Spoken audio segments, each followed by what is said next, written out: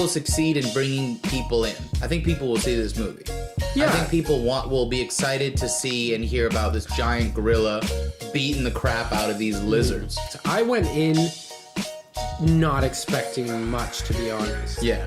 Just because I know it's comes from the same producers and line of Godzilla, and I knew it would be the kind of the same. Like, you have some gimmicky characters, some good performances, cool action, but you know how it's gonna end. They're not gonna kill King Kong. If they had any balls, yeah, they would have done this or they would have done that. You always imagine, what next steps they could have taken. It reminded me a lot of Jurassic Park 2, The Lost World. I don't know if you ever saw it. Oh, okay, yeah. Where they go into this brand new island, and very quickly, it hits the fan. Mm-hmm. This movie even quicker. The plot is there's this uncharted island at near the end of the Vietnam War, so there are satellites, so they have satellite images of this island, and they want to get there before the Russians do. Yeah. So they get this whole team together, scientists and this army escort, and they get in there, and like within no time, King Kong throws a tree through a helicopter. But like, as far as what the story is beyond that, there's really nothing. No. There's no story. I don't know, like this, and there are something like, I think there are 14 like named characters. Yeah, too many characters. And they jump between them all equally. I think Tom Hiddleston has as much screen time as Samuel L. Jackson as does the guy who played Eazy-E in Straight Outta Compton. Yeah. I think they had like the same amount of screen time. The first act was the best, in my opinion. I think the setting up was exciting. I think the opening was great. I loved that opening part. I was like, oh, this is great. It's jumping right into it. There's no... And yeah, they have the meandering setting up. Like, you know, the typical Star Wars thing, everyone around a screen trying to figure out the mission. Then I thought each act got kind of worse.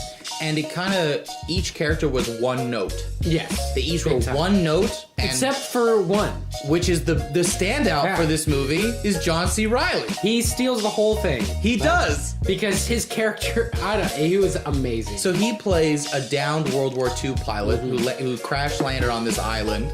And so he has been experiencing life on this island since then. So it's been like 40 years or whatever, or 30 years. 30 years, yeah. And he's so funny. He's so funny, but he's also, I found, out of everyone in the cast, he was the most real. I think when he was frightened, he was frightened. And that's the biggest thing missing in this movie. Yeah. The characters aren't ever afraid of this enormous gorilla. Not for a second are they actually worried.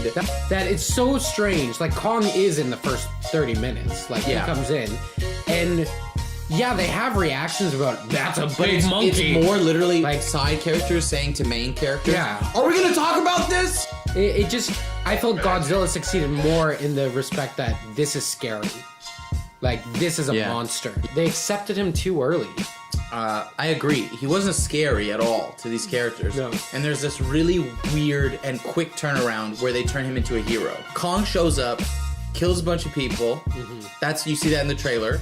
It's maybe only a few scenes after that all of a sudden he's their friend. I think the reason why these monster movies don't work the same way as perhaps they did in when they were first introduced, like the first Godzilla and other monster movies, is the fact that they're not scary.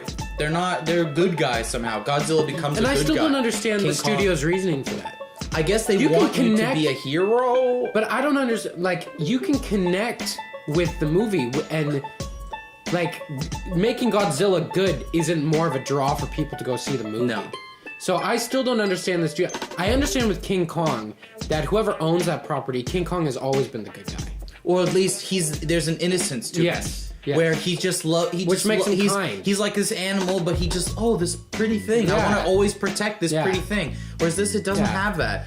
He's protecting us from the creatures below. Pros of the movie, there were some beautiful scenery, beautiful shots, especially at the beginning, hopping around and seeing different places of the world in the 70s and the cars and the costumes. It looked really good. I was like, man, this looks amazing. But it quickly devolves into just CGI craziness, where we talked about it. It seems like, particularly Brie Larson, but I think all of them get to this point where they don't know what they're reacting to. I can imagine on set they're covering green screen everywhere, and they're just, they're like these bat things. Yeah. Ugly birds. Okay, this thing's got legs. And you can see that. You can see it fails in that sense. I didn't care about a single character except John C. Reilly. Yeah, except him. Just because I liked him. He was so lovable and fun, and he had a story. Next strongest, he was just playing himself, but I liked Sam Jackson. I thought he sells it the most, you know? That's true. I believed he was a general. Yeah. I believed that he was mad at this monkey. Yeah. I almost wish they had taken it. I wish they'd almost gone the Aliens approach, where you have these like tough, like army guys coming in, and then they get humbled by this monster, right? And it's about survival. But the movie quickly turns around. Kong is a good guy, and it becomes people versus people. Yeah. But I agree. The strongest points are John C. Reilly, some stunning visuals, and the feeling. But very quickly, the editing got weird. The pace is weird. You're jumping so much because they get separated at points. Overall, I think I'd give it like a 2 out of 5. It's lacking. I wouldn't go. I wouldn't say it's as bad as that. I think it fails on some levels, but I think for a movie like that, it kind of accomplishes what it's set out to do. Like, I thought it was fun. I thought it was cool. It's no Logan. But it set its bar so low that, it's going to accomplish what it's going to do. I just think that as a movie with no themes, no real story, no relatable characters, with King Kong even himself I had no empathy for him.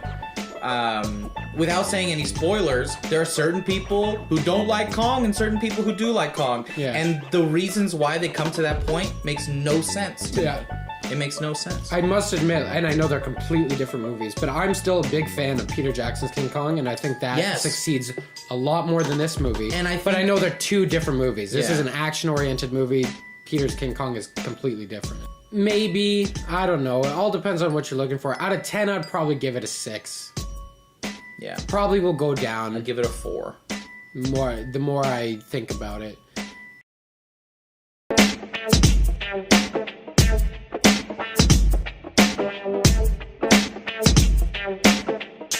Thanks for watching Movie.